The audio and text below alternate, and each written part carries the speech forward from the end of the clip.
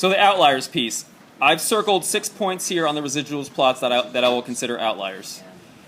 1 and 2, even though not removed in a horizontal sense, have relatively large absolute value residuals. Actually, number 2 has the largest absolute value residual. And those will detract from the strength of the model, so I'm going to point those out. These points here are removed from this main cluster, so I will point those out.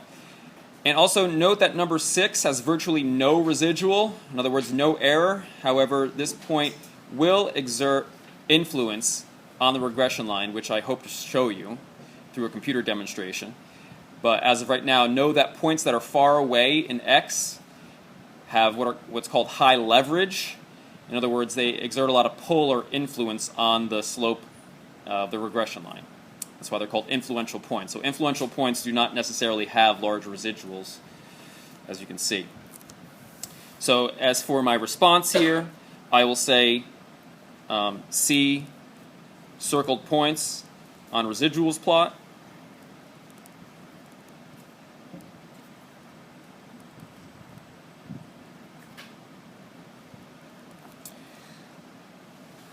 Points 1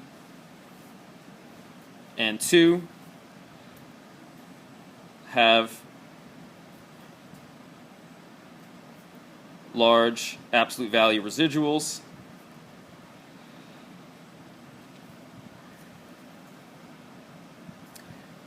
Points 3 through 6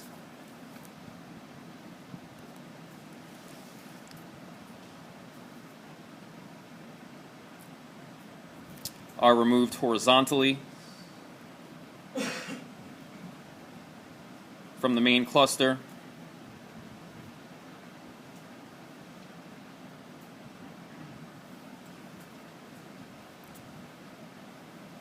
Thus exerting more leverage.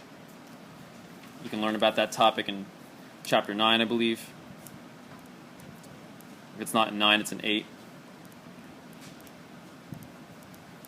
And then I'll make a comment, like I said, about point 6. Point 6 has a residual of approximately 0, but its horizontal deviation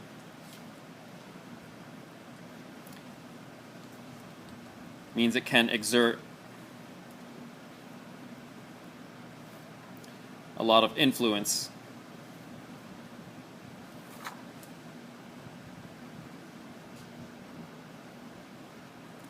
on the regression line.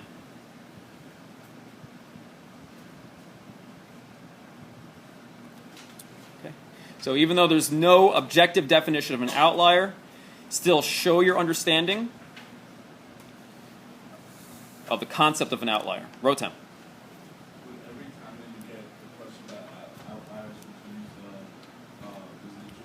Good question. The question is, if you get a question about outliers, should you use the residuals plot? You can, it's not necessary.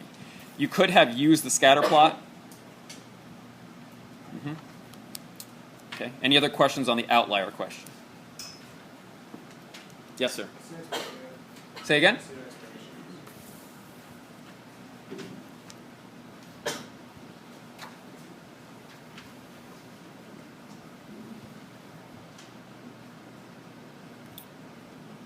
Okay.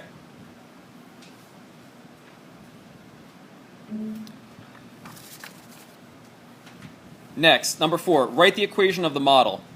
This is easy if you know how to read the computer output. The coefficients come from the last part of the output. The first one is the coefficient of the constant term. In other words, the x of the 0 term. In the linear model, it's called the y-intercept. This is the linear term, the distance term. This is the coefficient of it, and in a linear model, this will be the slope. You can write the constant term first or the constant term second. It doesn't matter, but this is where you're going to pull the coefficients from. So we'll start with our dependent variable, which in this case is fare. It's your y variable. We'll put a hat over it, indicating that we're estimating or predicting the airfare. equals, and I'll write the constant term first just so you get used to seeing that from time to time. As you get higher in the field of statistics, you'll notice that they write the constant term first normally, but I think a College Board reader would care if you decided to write the constant term second. 177.215 plus 0.078619, and then your x variable is distance. So that all came from the computer output.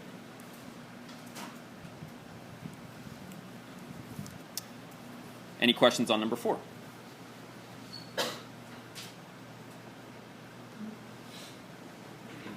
So know how to read computer output.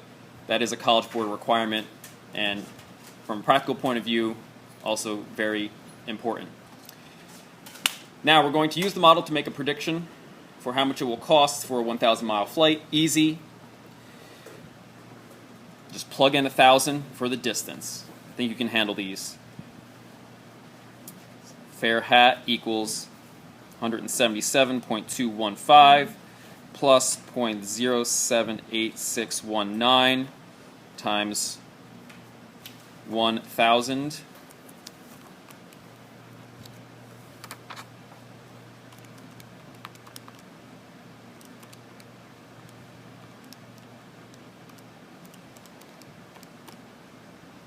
Here it is.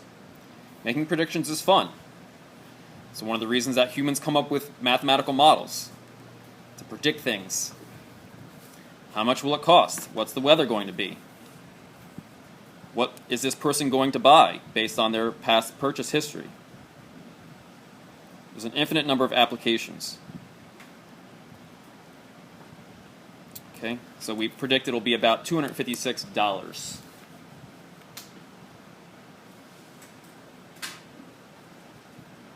Any questions on 5?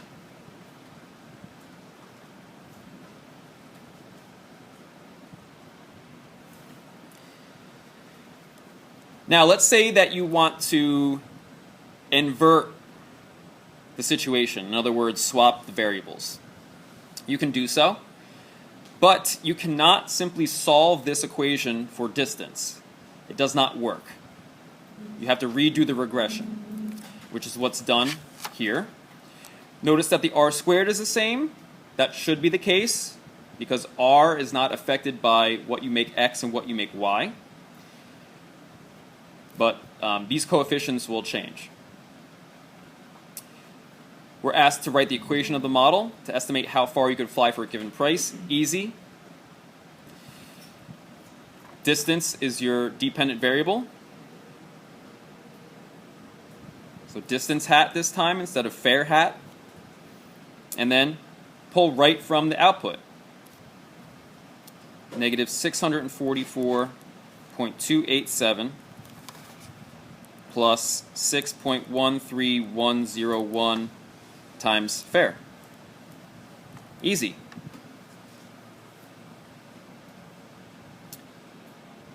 And then number 7 is also easy.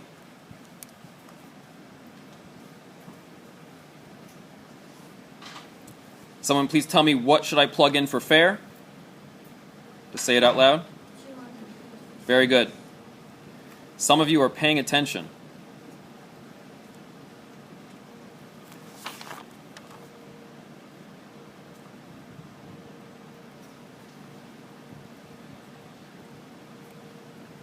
There are benefits to paying attention. So as hopefully you have learned.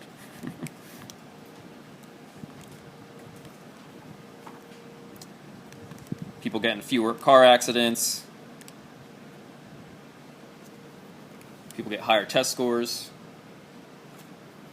People sustain relationships more when they pay attention to their partner. 924.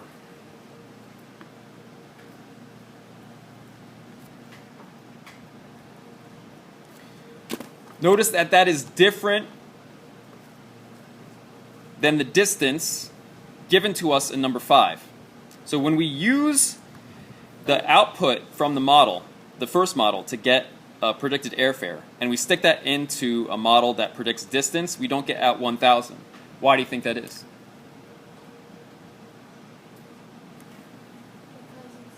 Because in a model isn't exact. So these are all predicted values. So they're not going to be exactly the same because you're not having like cemented values that are 100% sure. Exactly. All models are wrong, some are useful. All models are approximations. So the 256 number is an approximation. It's not the actual airfare. Okay, so you're seeing the limitations of the model at work here. Good. Again, this worksheet front and back, essential skills. Make sure you can do all of these things with ease before you tackle anything else. Before I move on though, any questions on any of it, front or back? I'm happy to go over it.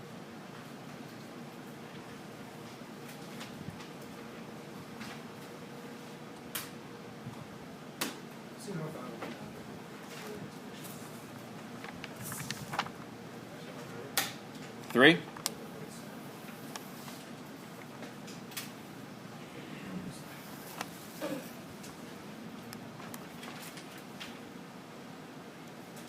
Okay.